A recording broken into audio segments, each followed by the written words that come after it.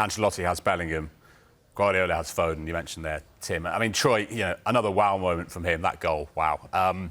No De Bruyne again last night, and not for the first time this season, step forward Phil Foden. Are we starting to see a changing of the guard, if you like, a passing of the crown from one to the other?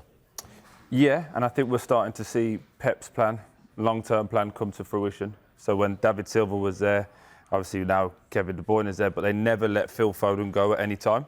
Phil was always in there. Everyone wanted him on loan. I'm sure probably Tim wanted him on loan as well at one point. Wouldn't let him go, learn, understand what we do, understand the Man City way. And now it's time for, they've unleashed him. Back part of this season, he's starting more games than he ever has. He's scored more goals than he ever has.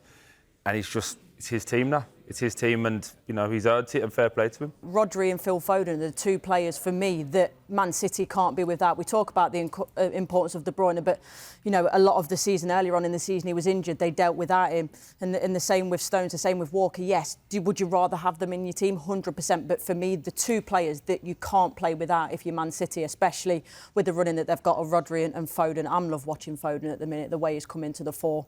We were chatting about it a little bit earlier. We want to see him in the middle for England as well, don't we? We have to. I know it's a different system, it's a different team, but for me, he has to start in the middle in the summer for England and be influential the way that he has been for City this year. Yeah, we were chatting up in the office, weren't we, about City and about Phil Foden in particular. Michael came in and he's got a statement to make on Phil Foden. We were talking about him last night being Premier League Player of the Season. Go on, Michael. What do you want to say?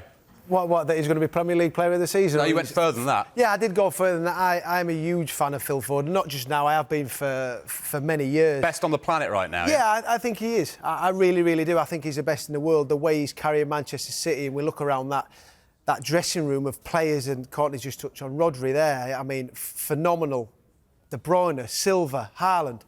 One person, you look at Pep, the way he scored that goal last night and his reaction, for me, he's the best out there at this moment in time. For what he does, for that number 10 position, he's mind-blowing. And people say you got Bellingham, you got Mbappe, you got Vinicius Junior.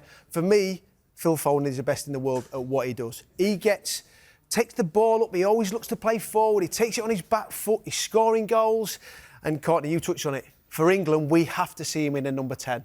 Or if you're going to play in 3 in midfield, we've seen him playing out wide for England. We saw him against Brazil, we saw him against Belgium. For me, he's not as effective as when he plays in the 10. I honestly believe, and sometimes I go overboard, I love the fact that he's just been at Manchester City all his career. And Pep kept him when people were talking about him going out on loan, myself probably included, when I was still playing, thinking he's got to go out and get experience. Wow, he didn't need any experience. He's playing with the best players in the world, week in, week out, day in, day out, and learning from the best. And for me, at this moment in time, he is the best.